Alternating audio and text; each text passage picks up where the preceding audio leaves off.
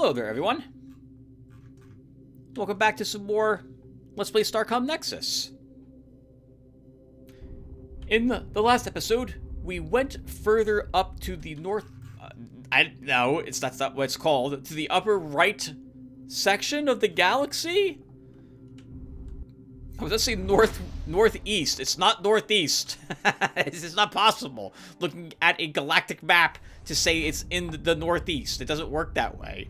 In any case, we came over here looking for more of the not key required to unlock the Sentinel's database, defensive systems, security systems, information, memory banks, to figure out how we can get out of wherever it is we are located. There's either time shenanigans happening or some sort of alternate reality that we have been beamed into. We've found out what I suspect is required to do this. It's a device that's attached to a Starcom suit. And we can't get it from the museum that possesses it unless we trade with them, and they're willing to give it to us, but they want several other things in exchange. We got one of those things, the heartwood of the Adressal tree. They want a single crystal and some sort of special scepter, so we're off to find those things. We also tried increasing the difficulty of the game to 8, and discovered it was a little too strong for me. While I can probably do the battles, it would take a long time to do them. So currently, we're playing the game on 6.0. Let's put it to 6.5. And we'll try it on this difficulty for a bit. And I've come back out here to where we had last fought the Vandari to continue fighting them. I want to wipe out this fleet of theirs, and then see what it is they're guarding on this planet. So let's go ahead and do this. If I can lead them down to that one... the one self-destruct thing...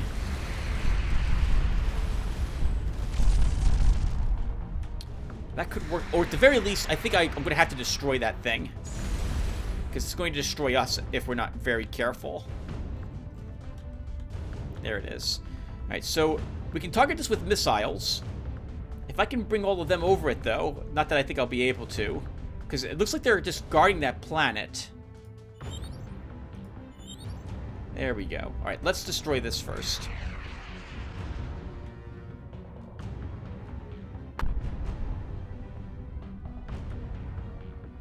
The AoE that looks like it detonates in is actually a little bigger than that.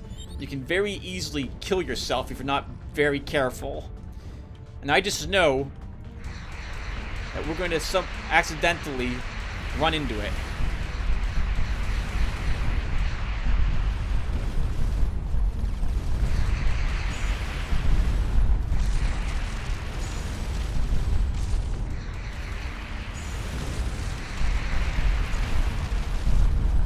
All we're going to end up doing here, Tim, is just running around in circles, firing missiles. See, if we can destroy the battleships, the rest of this should be easy. The battle cruisers. But good luck doing that, Tim.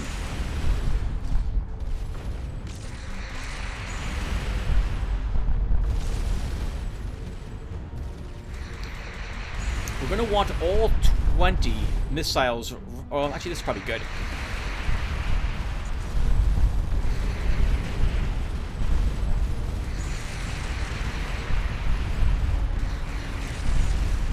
Wow, they shut those down immediately. We can get a little closer.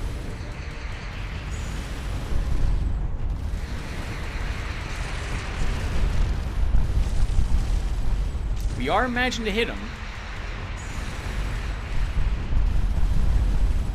And thankfully their missiles don't have sidewinders, so they're unable to really hit us with theirs as long as I'm careful.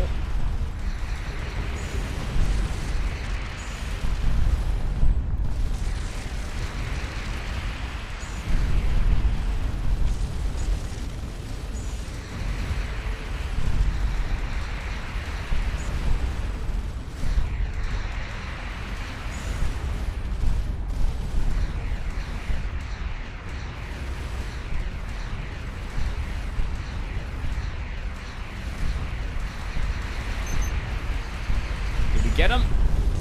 destroyed? Nope. Burning. But we also haven't gotten any of, looks like it's still relatively intact, in so much that no ship segments have broken off from it yet.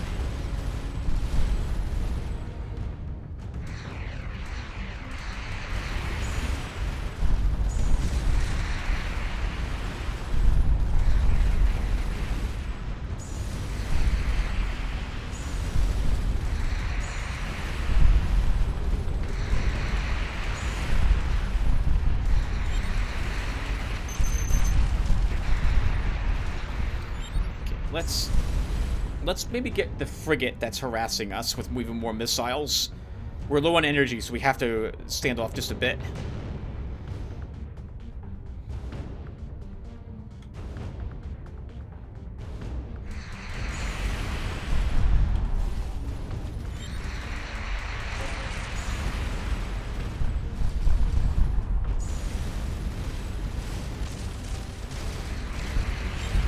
Finally, one of them is gone.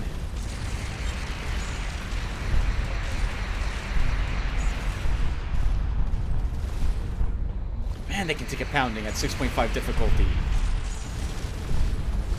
You also lost 2 more people.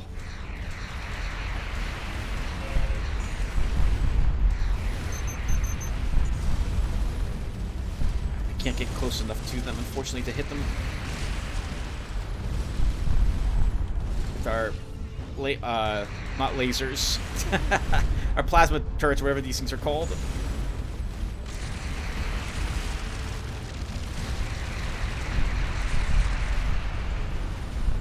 Alright! Nice. One of them destroyed. That'll make this a lot easier. Oh, Tim, keep your... Oh! Keep your shields up.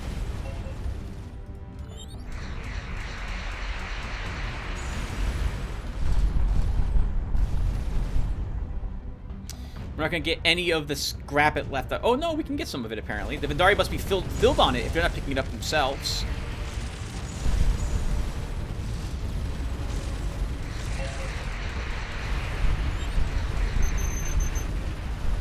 Okay, looks like that's... Well, we still have the one... Oh, they did grab it or it vanished. One battle cruiser is all that's left. For missiles. As long as we can stay out of its front arc.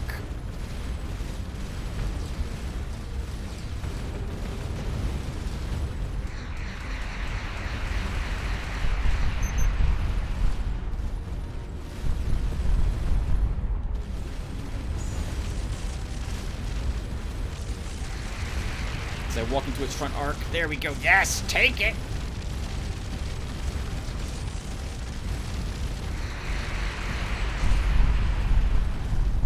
Lost a few more people, Tim. You're losing so many trying to get this planet secured. There's probably nothing on it.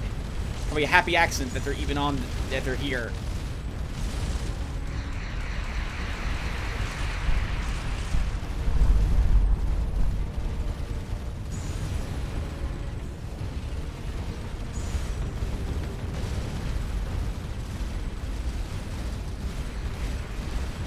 Uh-oh, sounds like there's another frigate that has joined the fray.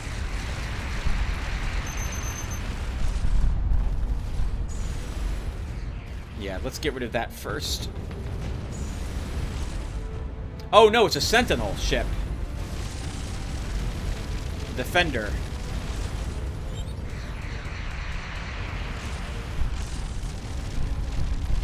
Okay, go. Well.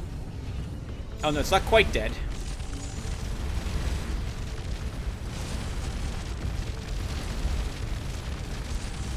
Vandari don't, I guess we're firing on it at the moment. This gives me opportunity to fire on their battle cruiser. Good for that little vessel over there. It's blocking it. All those missiles hit it instead.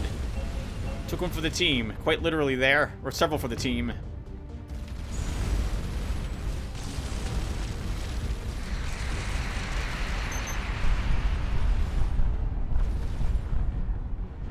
Come on. It's a smoking wreck on its left side. Where's that? It's right side. It's right side.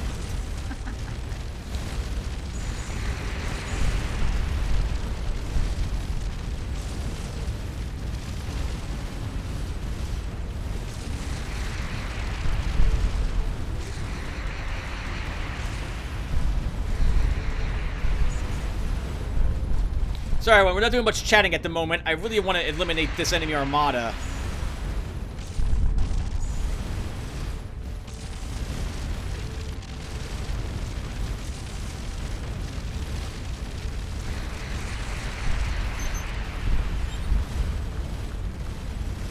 There we go. Thank God. Finally.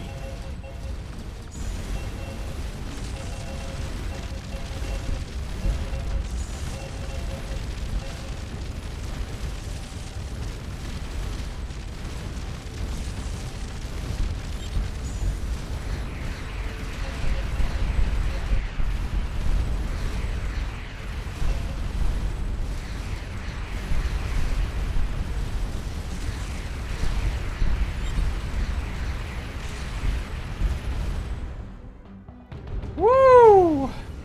Holy crap, what on earth were they guarding? Let's get in here, take this warp gate to probably this sun, and then we're going back to Kite Station. Wow! Oh, there was something here. Okay, surface anomaly detected. Let's see what's on this planet that they were so heavily invested in protecting. A pyramid. High-altitude scans on approach show a large late Bronze Age civilization near the anomaly location. So the team lands a good distance away and makes their approach on foot in accordance with Starcom policies of minimal intervention. Concealed in the thick foliage that lines a river's delta, they're able to observe a throng of aliens apparently worshipping in front of a large but incomplete pyramid. As they observe, an alien priest carrying a small object ascends the steps. As he speaks, the object magnifies his voice in a way that must employ an advanced technology.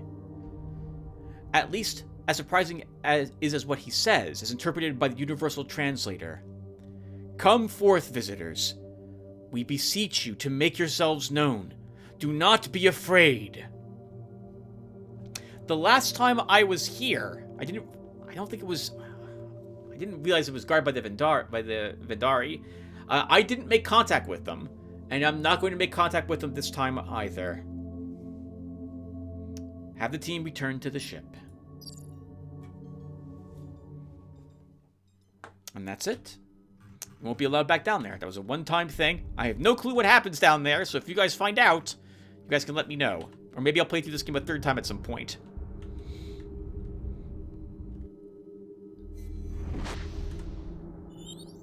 Oh, more hostiles. More Vandari, I'm guessing. Yep, judging from the way those missiles run.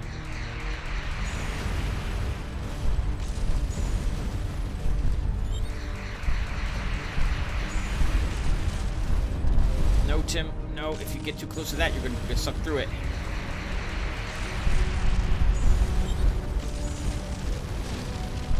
You know what I haven't seen in a while? The bugs.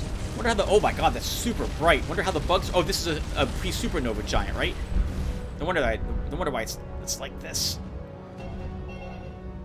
We will want to investigate, but first we're going to take care of any other Vandari in the area.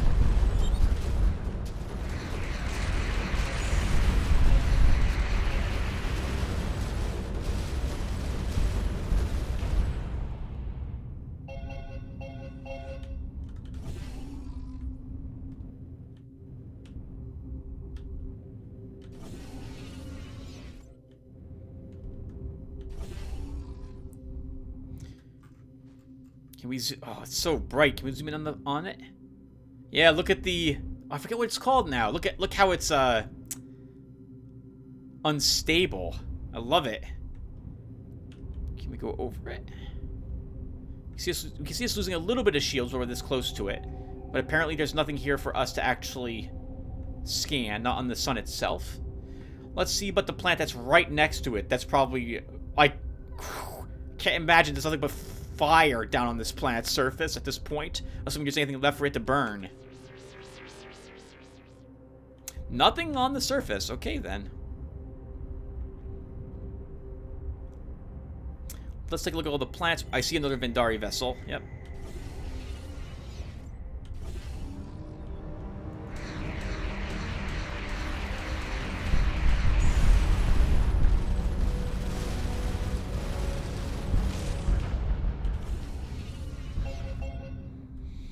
Vandari, a good source of titanium. Can't say I kind of regret having them as enemies, because we used to shoot down something else while I'm out here.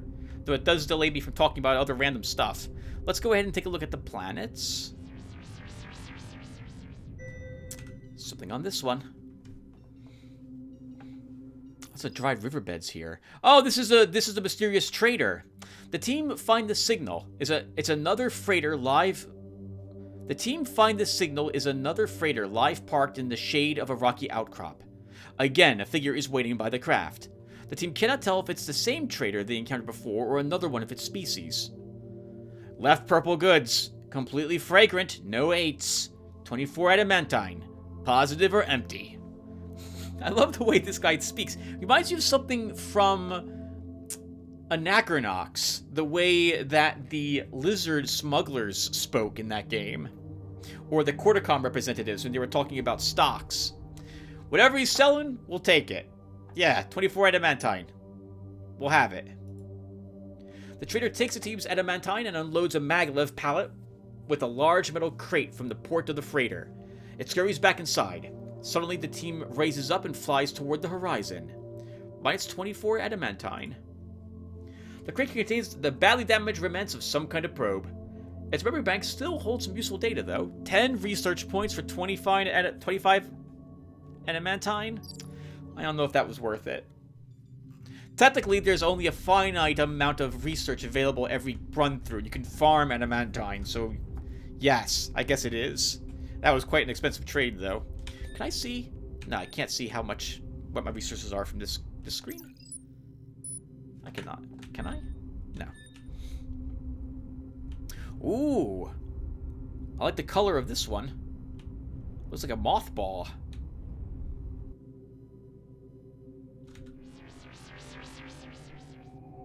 Nothing down there worth investigating, though. Oh, speaking of probes, we gotcha. A sentient computer virus has evolved inside this probe's databanks. It refuses to believe it's in a probe. It thinks it's a civilization that lives on a planet. One that the probe must have visited, I guess. I'm not sure what to do with it. Oh, that's a shame in a way. I wonder... I mean, it reminds me a little bit of, it's too fast for it to be that, but it reminds me of the probe you launched in the Soma video game to record the people of Earth when they were wiped out in that game. What a great game Soma was. I really gotta play that game at some point. I gotta record it again. I wasn't happy with some of how that came out, my voice in the game. Though I did play that one blind, so that was a fun one to play blind on screen, as I believe I was able to solve most of the puzzles and avoid most of the horror elements, or rather understand them well enough the very first time I encountered them. Something on this Earth-like world.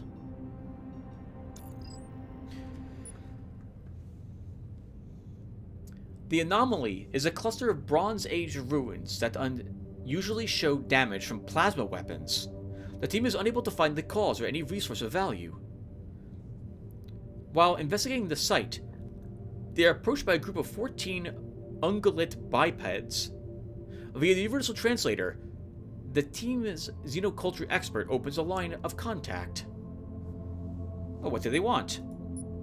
They claim to be the treaty representatives.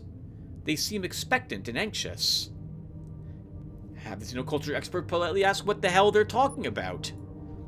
After nearly an hour of back-and-forth communications and mistranslations, an incomplete narrative emerges. A group of star beings came and began collecting these Bungalits against their will. They resisted until their soul city was destroyed from the heavens. A treaty was established, the terms being that whenever the star beings returned, they must be given a number of their species as volunteers. The star beings had not visited for some time, so they assumed the survey team were them.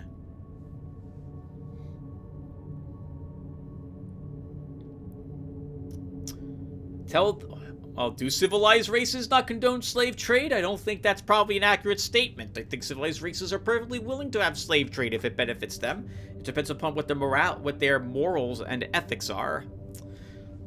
But it's against Starcom probably regulations and against mine. Tell them that we do not condone slave trade. If you find the star beings, you'll put a stop to it. The response is a confused mix of appreciation and fear. What do the star beings look like? Their description is a bit vague. Either they are faceless versions of the survey team, or the Bungalits think all star beings look alike. What do they do with them? They don't seem to know. It's been several generations since the War of Subjugation. According to legend, they are taken to the Grey Sun to become immortal servants of the beings and assist in their pursuit of knowledge. The fact that no volunteers ever returned has led to skepticism. The star beings have a reputation for playing cruel tricks on the Bungalits. Return to the ship. Can we come back here? Let's wait a little bit. We cannot. Okay, well maybe a quest will show up to bring us back here at some point. Oh, and there's no other warp node from this place, so we had to fight to get here. Okay. And there was none over here either. This is where the museum was. Oh no, that's where the radiation is. Okay.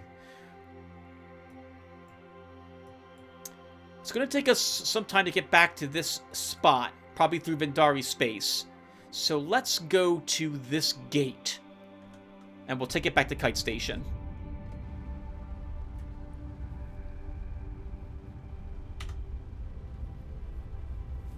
Alright, and while we're traveling into the void, I'll talk a bit with you guys about some more video games. So in 2022, we also played through Thief Metal Age. Not only did we play through Thief Gold, but Thief Metal Age as well. And of course, we played through Thief Deadly Shadows. We'll get to that later. I tend to play the entire series, I realize. When I do get in the mood to play through it again, I play through all of it again. I forgot how much I liked Thief Metal Age. I think I prefer it over the Dark Project for some of the maps. But I do like Thief Dark Project's undead levels very much. It requires... Well, first off, I can kill them. My own house rules are no killing people. Living people. And zombies don't count as that. So we can kill them in spirits and haunts. I like how dark the Dark Project was, but the Metal Age had different enemies to it. And I liked the level design in that game a little better than Dark Project, although there was nothing necessarily wrong with Dark Project. But I liked it. It was fun to play through it again, and I hadn't played through it since the last time I recorded for my channel. It's more Thief, so if you like the first Thief game, you'll like the second one. It's a continuation of the story, and it ends with the promise of another one.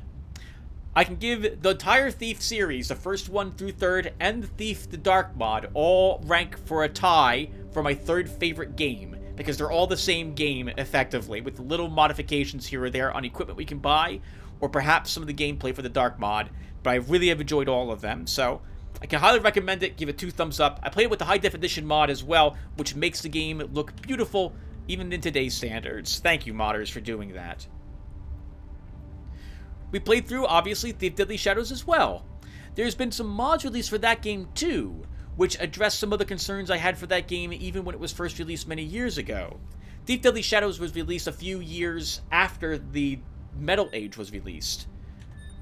I think the Metal Age came out sometime in 2001 maybe, and Deadly Shadows came out, I want to say, in like 2005 or 6. Or maybe it was 8, but I didn't think it was that far along.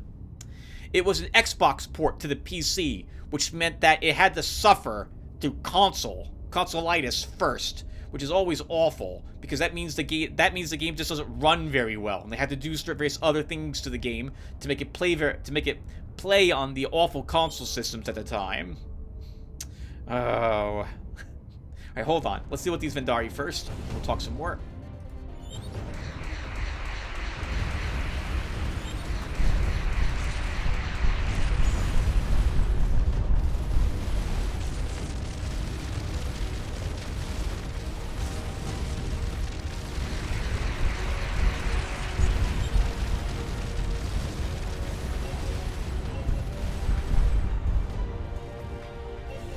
I like when I actually am able to wield most of my weapons at the same time.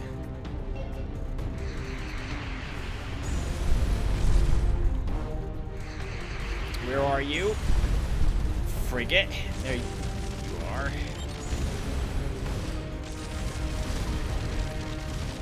That looks like another space carrier. We probably shouldn't shoot it.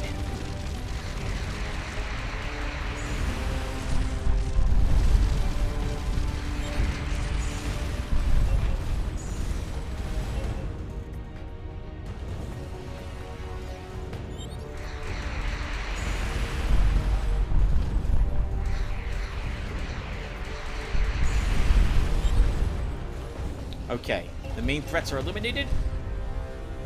Let's get rid of these two little... what are these called again? I can't tell. Freighters. Oh man, you better get away. Like, you better... Oh, well, you better have teleported. You did not do so, so I'm grateful for that.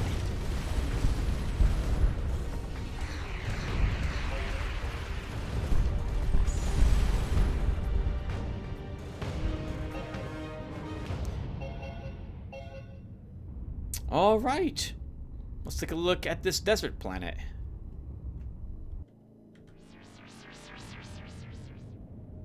Nothing on it. We should check out the sun while we're here, so let's do that really quick. Oh, a really small sun, this one. Small star.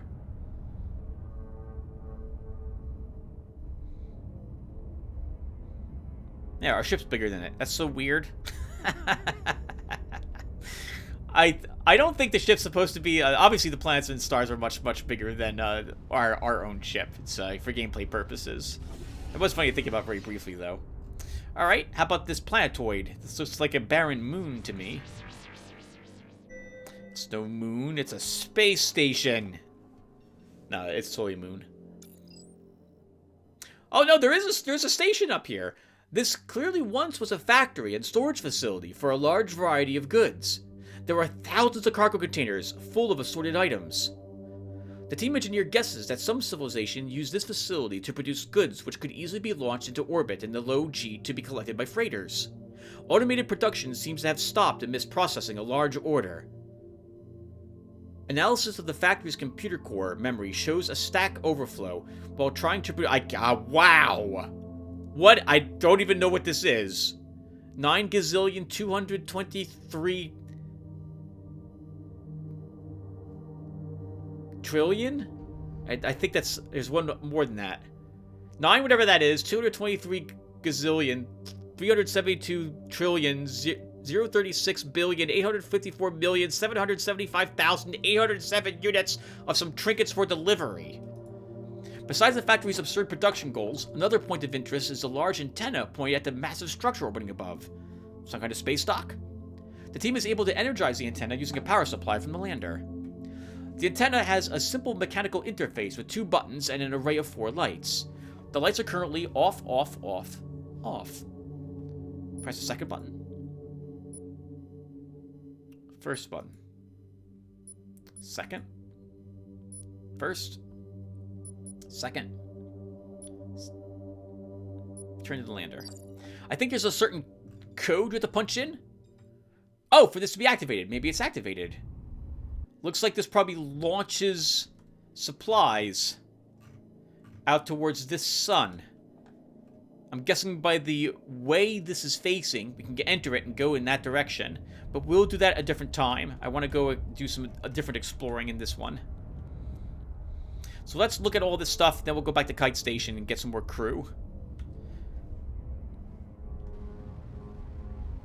Gotta add $8 to the donation jar today. Wow, 20 bucks just about in the past 2 days. I think with this $8, we're almost at 100 total to be donated so far. And I don't think we're even halfway done. We might be halfway done with the game at this point. Might be halfway done. Just as a heads up. There's a lot to explore in this game. I love it.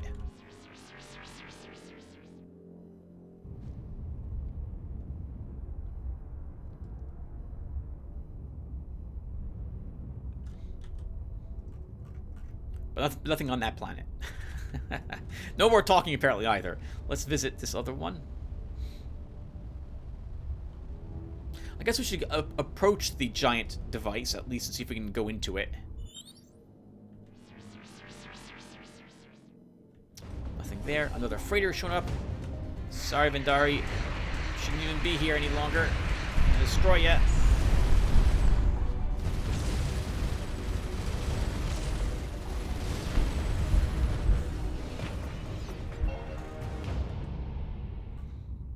Okay, let's go back to Kite Station. I'm guessing I should probably save up for the next class of ship.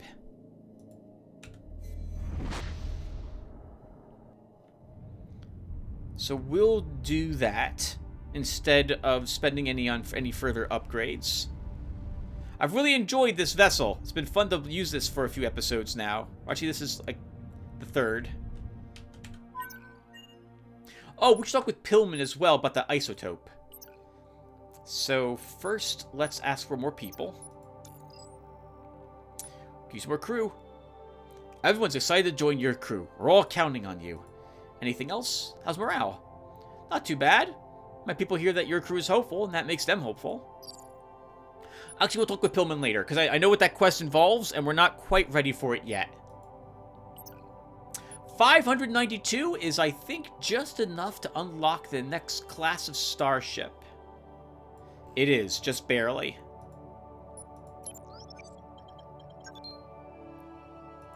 But I'm not going to make it quite yet, I think. We have enough, and we have what it takes to make my gallant, if I so desire. But I want a little more laser weaponry before I go ahead and make this. What does this require, by the way? I need drones to make that vessel. And these are, this is one of my own design. I need attack drones for that one too. Okay. But we won't get attack drones with where we're going now. We could make the ship a little bigger or faster, but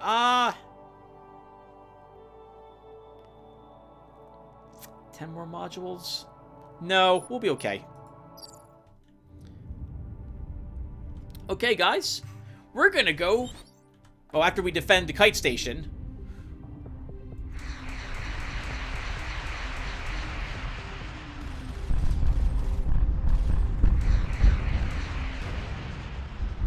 That was easy. Nice. Bunch of supplies, too, from that. Let's go... south. South? Let's go down? The direction we're currently facing. Let's do it. We haven't tried just going into the void in a random direction, or maybe not so random direction, and seeing what's out there. And I had done this a long time ago, while putting on a podcast or something, just to see what was out here. And there is something out here.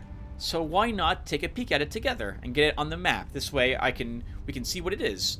Since it'll take us a bit to get through this area to locate whatever it is, assuming we can indeed find it, and it hasn't been moved in this version of the game, let's chat more about games. Yeah, so Thief Deadly Shadows. I liked the addition of having a body on Garrett in that game.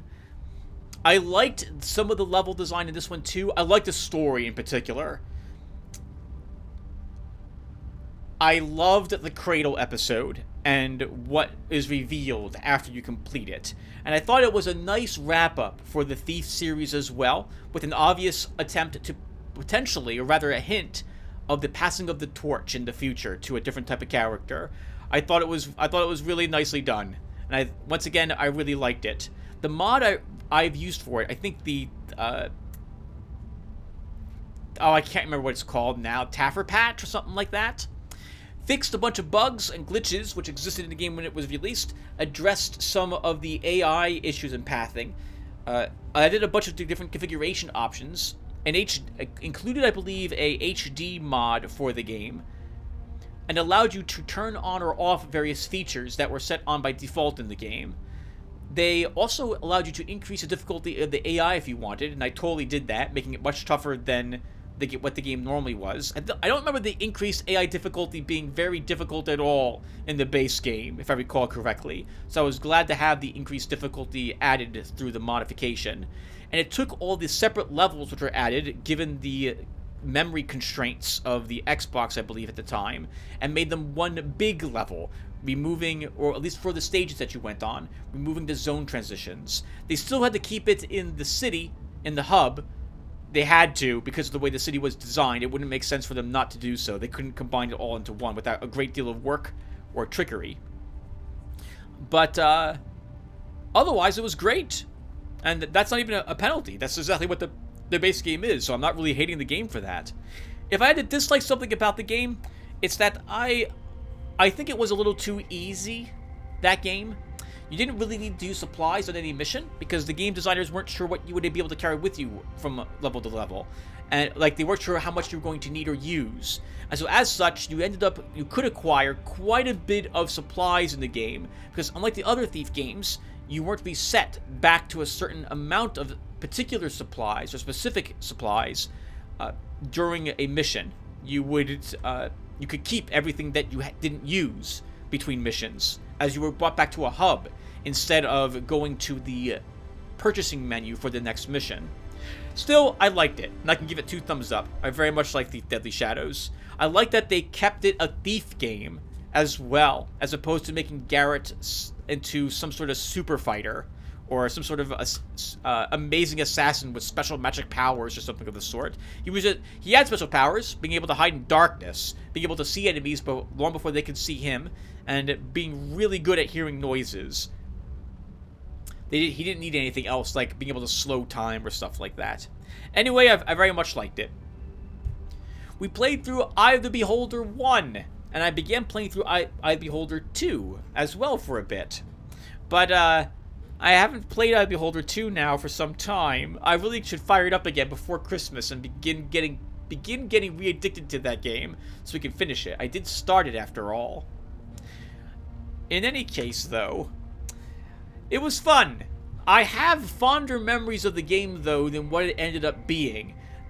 While I'm greatly appreciative for the game being released and the time at which it was released, I've never been really a fan of using the Dungeons and Dragons rules, at least not 2nd edition, in video game for character creation in a video game, because the game is more about role-playing in 2nd edition than actual fighting, not without a bunch of modifications.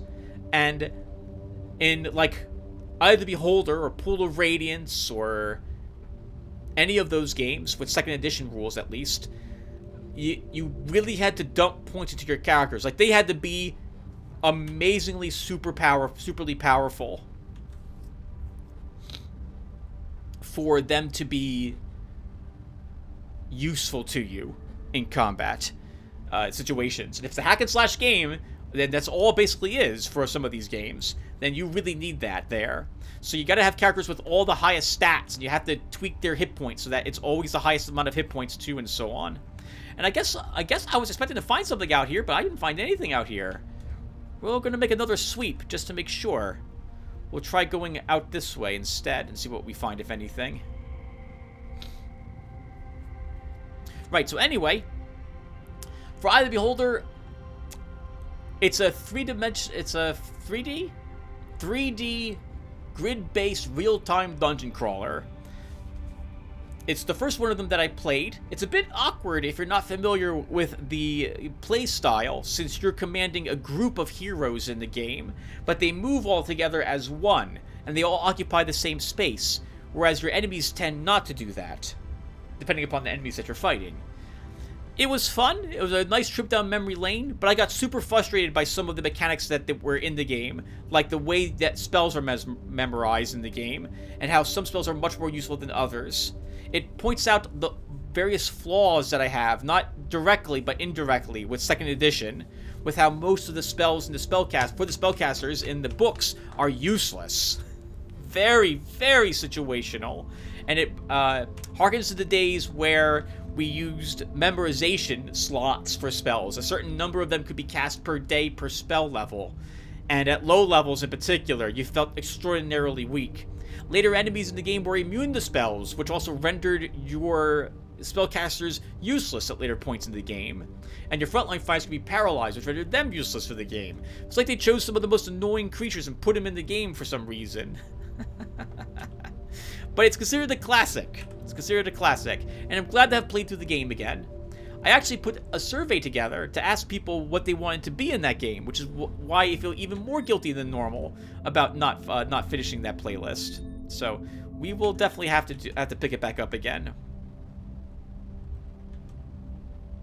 Okay, there was nothing out there. How about that? I thought for sure there was something out there. Let's try going in a different direction. There could be nothing out here, by the way, but we'll do one more sweep. We'll go from here to this sun, Dyson Sphere Alpha, and see if we detect anything weird while we're going up in this direction. So what I liked was the dungeon crawl. I always liked dungeon crawl games, ever since I played Legacy of the Ancients back in 1985. What a glorious game, and I love the dungeons for that one. And this one feels a little similar to it, although I do prefer Legacy of the Ancients dungeons to the older ones. But I do like the puzzles they added for this one, and the illusionary walls and stuff like that. I like the sense of discovery the first time through, and I like the difficulty of the game because it requires you drawing a map. Otherwise, there's no auto mapper in the game, so you would have to download a program to do it these days. But when the game was released back in, I think, 1991, there was no such thing. The internet didn't exist in 1991, to my recollection. First coming out sometime in the later 90s or mid-90s. So it was very interesting. Very interesting indeed. In any case, to live and play the games that were out in that time, because you couldn't rely on the internet to guide you if you got lost or made mistakes. Hello. What is this? Let's check it out. I disliked for the game, the story is rather simple. The combat is a bit awkward because the game pauses when the enemies attack you, forcing you to take the hit rather than move away. I don't like the spell memorization. I don't like having to pick up every single arrow I fire to re-add it to a quiver again. I don't like the second edition system for role-playing games. I can give it one thumbs up for the nostalgia purposes, but I wouldn't choose to play the game again if I had a choice.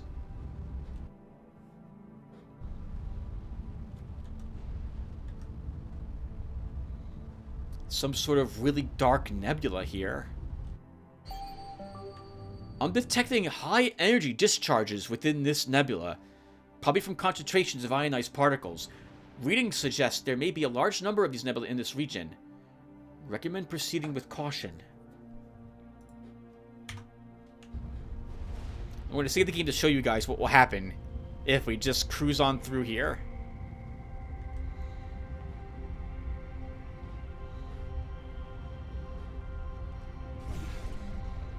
Let's see if this saves us. That 1.21 exawatt bolt of lightning really lit up the ship's sensor array. It did like an undirected particle accelerator, giving us near Planck scale readings for a couple of femtoseconds. If we ever get back to Starcom space, they'll be analyzing this data for years. To my recollection, the faster you go in this place, the more damage you'll take from those bolts when they hit you. And you will eventually be struck because you're gathering up all the particles. Let's travel fast again and see if we take another hit. Having the shield on will be helpful in reducing the damage we take. Oh, and it looks like we're actually through the nebula already. And there's a white giant here, right in the center of the map.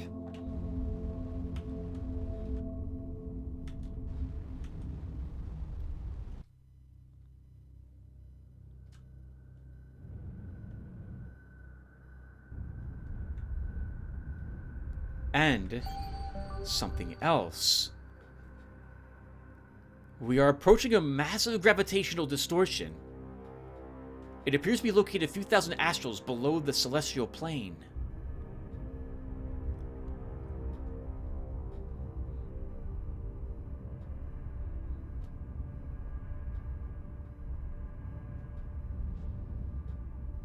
I believe this is called a Dyson Sphere was what I was about to say.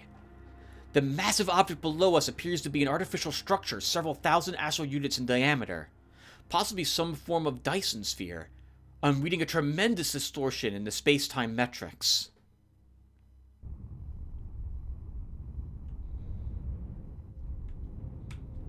That might be a hint that this has something to do with what happened to us.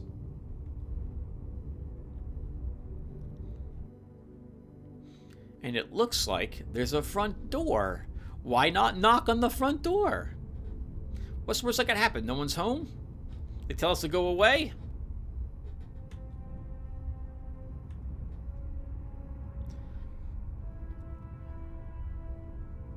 We could also visit all the planets that are out here, too. I guess we'll start with this one. Access point? This surface feature on the sphere looks like a portal. Scans show it is made of an effectively indestructible adamantine monomolecule.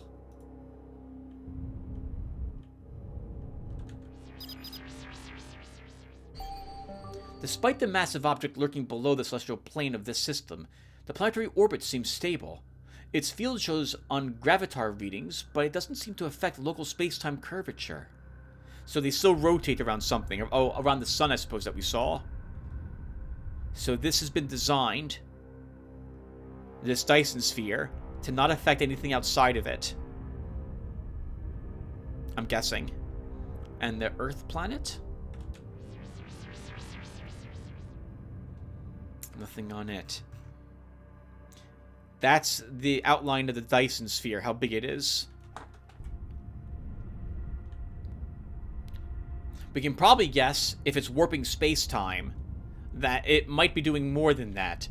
In so much that there's probably... it probably looks bigger on the inside, is my guess.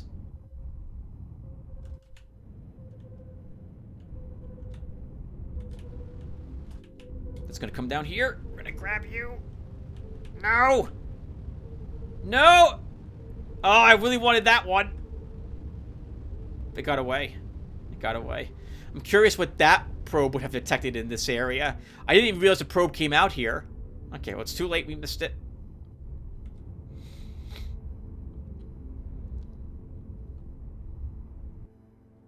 There's a wreck out here, too. We'll definitely want to take a peek at it and destroy everything out here.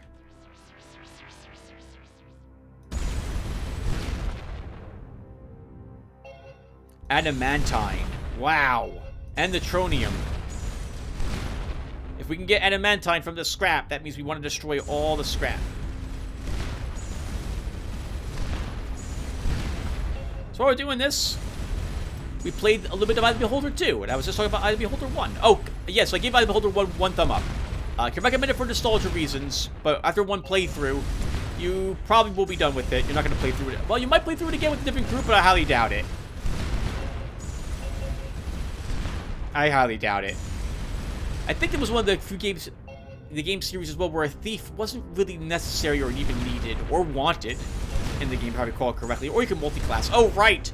The game also uses 2nd edition Dungeons and Dragons rules, guys. So if you do decide to pick up and play through Eye of the Beholder 1, demi-humans, dwarves, elves, halflings are far worse than humans are because they have a maximum level they can attain. Man, it's, I think I talked about this in my Dungeon Hack videos, which we'll talk about briefly later, as another game series I played through. But, oh. Oh. There's a lot of issues with 2nd edition Dungeons & Dragons now that I think about it. Still my favorite edition. My favorite edition is that because of my own house rules I made for it. And because of Thaco. Thaco's amazing. Alright, anyway. Yeah, so we played through Eye of the Beholder 2. The story is better. The graphics are better. There's actually party banter as well in the game. And there's some story stuff, role-playing options which happen in the game. It still takes place within one dungeon, effectively. But I like it better than the first one. As for why I haven't continued playing it, I gotta try by other games. What are you? You look like you probably have flak. You do not. But you do. And you have lasers. You're going to be difficult for me to destroy.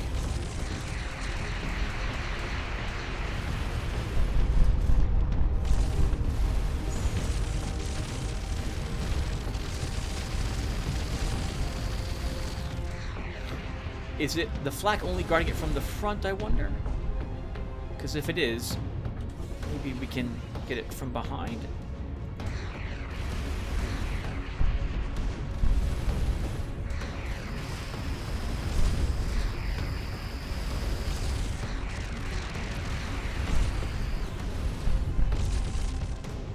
Man, this is going to be tricky.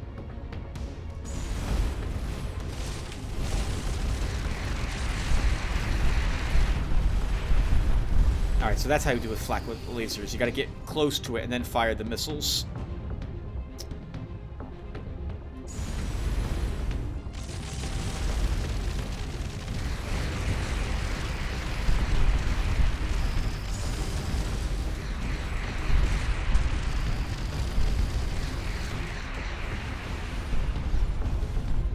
No, I don't know if the enemy ships, I don't think they do, have to worry about energy levels.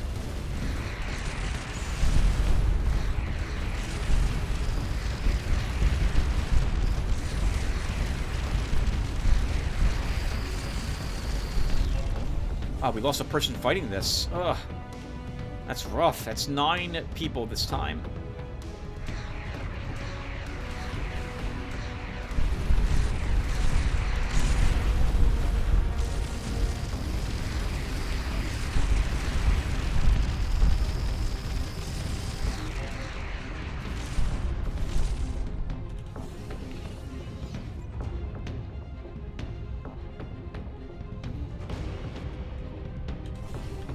Tough opponent.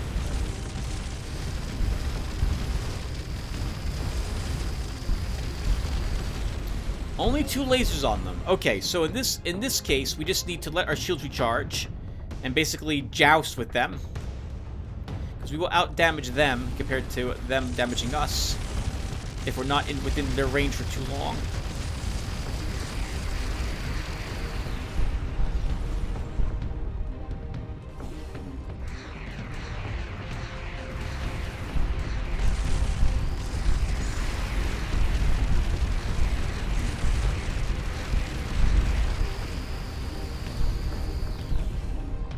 Ooh, wow, look at that sun. We'll want to take a look at that, too.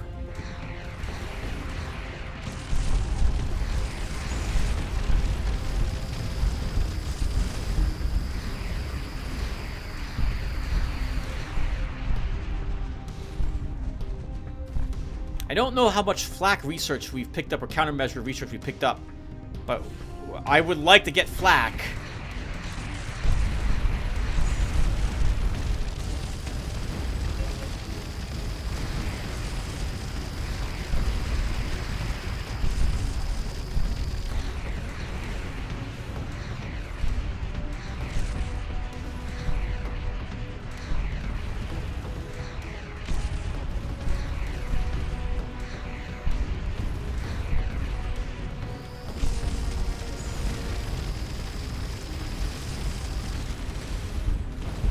Finally.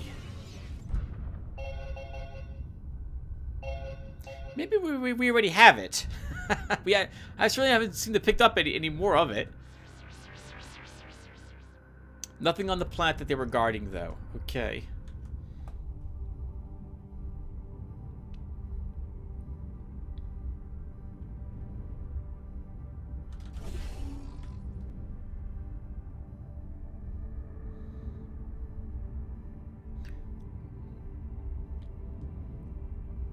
And nothing by the sun either.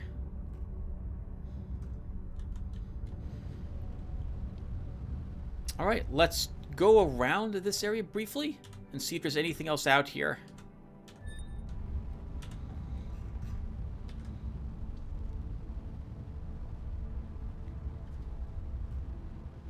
If we don't see any other planets, and I don't think we will likely find anything, then I guess we'll assume that we've explored all this area. We did get some research points, so I guess we'll head back to Kite Station. We'll go This way?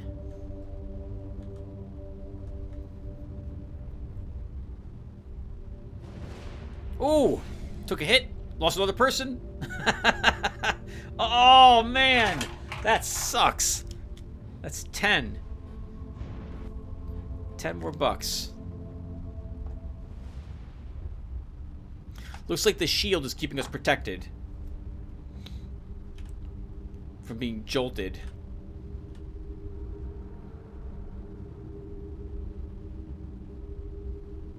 Interesting.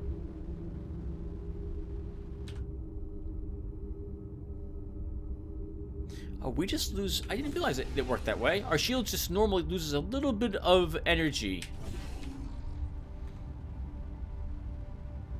Alright, well, we know where that's located now. We can possibly go back there if we need to. But I want to get back to the first warp gate we see. So we're jumping back to that portal. Anyway, I liked Eye of the Beholder 2. Once again, a little better than Eye of the Beholder 1. But it still uses the same rule structure. It still has some of the same issues I have with the first one. Picking up ammo, for example. You have to worry about food as well in the game. But if you have a cleric with you, which I don't know why you wouldn't have one, you don't have to worry about that as much. It does fix some of the issues with the first game, the second one, in that you don't have to manually select spells to mesmerize every single time you rest, which is very nice, because I'm pretty sure you had to do that in the first game. So that's a nice convenience feature. And again, I like the story better in the second one than the first one. But it's still more of the same. With some of the same issues the first one had. So if you don't like the first one, you don't like the game style, you won't like the second one. I can give the second one 1 thumbs up as well. We played through Dungeon Hack a bit. I actually have the rest of the videos finished. I just need to talk over them and talk about stuff. Man, I've been lazy and haven't done another one of those videos for a few months now. But we played through some of it, at least as up on my channel. Dungeon Hack is, once again, another 3-dimensional, real-time, grid-based dungeon crawl game. It uses a different engine, though, from Eye of the Beholder. I believe it uses the one from, well, for the first 2 Eye of the Beholders. It uses one that was for using Eye of the Beholder 3, The Ruins of Myth Draenor, I think is what it was called. And it's not as good as the first 2. I think it was designed by a different company as well. The sound is a bit worse. The graphics are a bit worse. The gameplay is a bit odd. But the character sheet is much better. The equipment is better. And the game makes no pretense about any role-playing. You are there to do a 3-dimensional dungeon crawl with one character instead of a group. And it's a bit of a roguelike, which I forget who pointed it out to me. It might have been you, Panji, but I can't remember. But it was, it's okay. I don't have I have fond memories of it because I played a lot of it when I was young, but I also remember all of its faults. And I don't have a lot of pleasant nostalgia from the game, though I did beat it several times an age ago.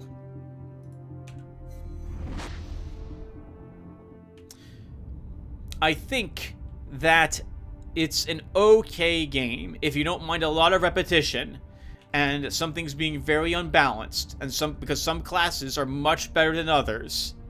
If I could cheat a bit and give myself or spawn an item or two for my characters, it would be a lot better. But otherwise, you almost always want to be a mage, or you want to somehow find a mirror of scrying so you can identify items in the game, because the game's got cursed items, and you can't take those off the moment you equip them. If I'm going to play a roguelike, I have much better ones than Dungeon Hack, so I don't recommend Dungeon Hack. 2 thumbs down for me. But it's still a pleasant playthrough since it's been about 20 years since I last played through the game. I don't want to say if I beat it or not, but I got at least 2 more videos into it, and I do mean to upload them at some point. Alright, let's ask for 2 more crew. How's morale? Alright, still holding up. How's our research? 892 points. Okay. What else have we unlocked so far?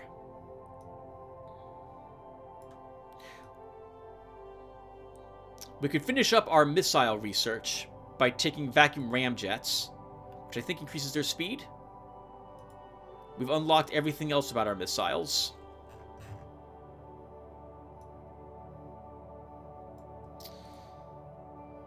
That's plasma turrets. We don't have whatever this research is.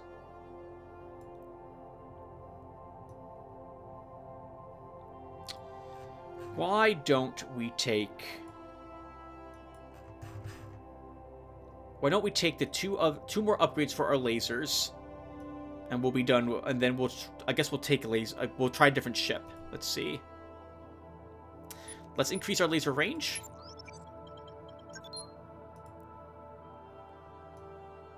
Check one more time. Yeah, we don't have any flak. Just been unlucky.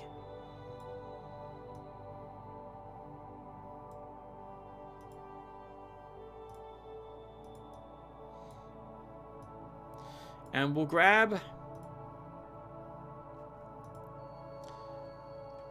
laser phasing. Turns out our lasers do 20% more damage if we phase them by just the right amount. Okay. That will let me build the Gallant. It's a 45 module ship. Interesting. Okay, well, here's this vessel. As you can see, it's got 5 laser turrets mounted on the front of it. Some plasma turrets as well, and 2 missile launchers. I think we're probably going to want... Tim... more energy. I don't know if 7 energy is enough to have the ship run successfully. Let me try something really quick while with you guys here on screen. If I do this, can I then put a armor module here? And then drop a bunch of laser modules around it? Oh, no, I can't. I can probably take a reactor here, and then an armor module. And then drop the laser turrets around it. Oh, but I'm 1 short of where I would want 5 of them.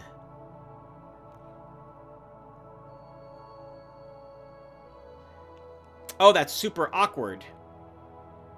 Well, anyway, guys, I'll design this ship a little bit differently. And when we come back, I'll show it off.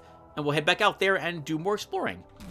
So I'll see you guys then. Thanks for watching, everyone, and take care.